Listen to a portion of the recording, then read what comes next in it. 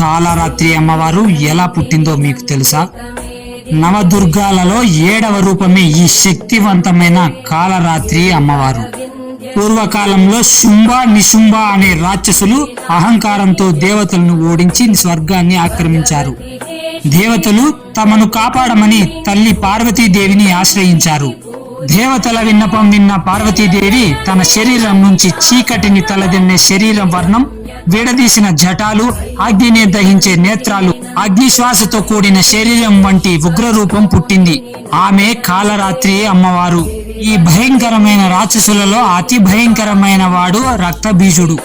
ఆ రక్తబీజుడికి ఉన్న భయంకరమైన వరం కారణంగా అతని రక్తపు బొట్టు నేల మీద పడితే ఆ రక్తపు బొట్టు నుండి కొత్త రాక్షసులు పుట్టుకొస్తున్నారు.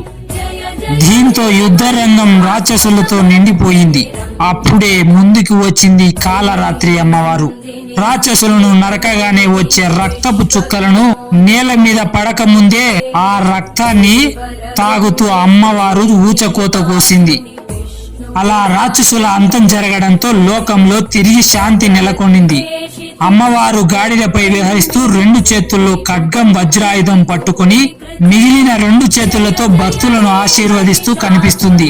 ఈ వీడియో నచ్చితే చిన్న లైక్ చేసి మన ఛానల్ ని సబ్స్క్రైబ్ చేసుకోండి. భక్తులందరూ ప్రేమతో కామెంట్లో చెప్పండి, కాలరాత్రి అమ్మవారికి జై అని.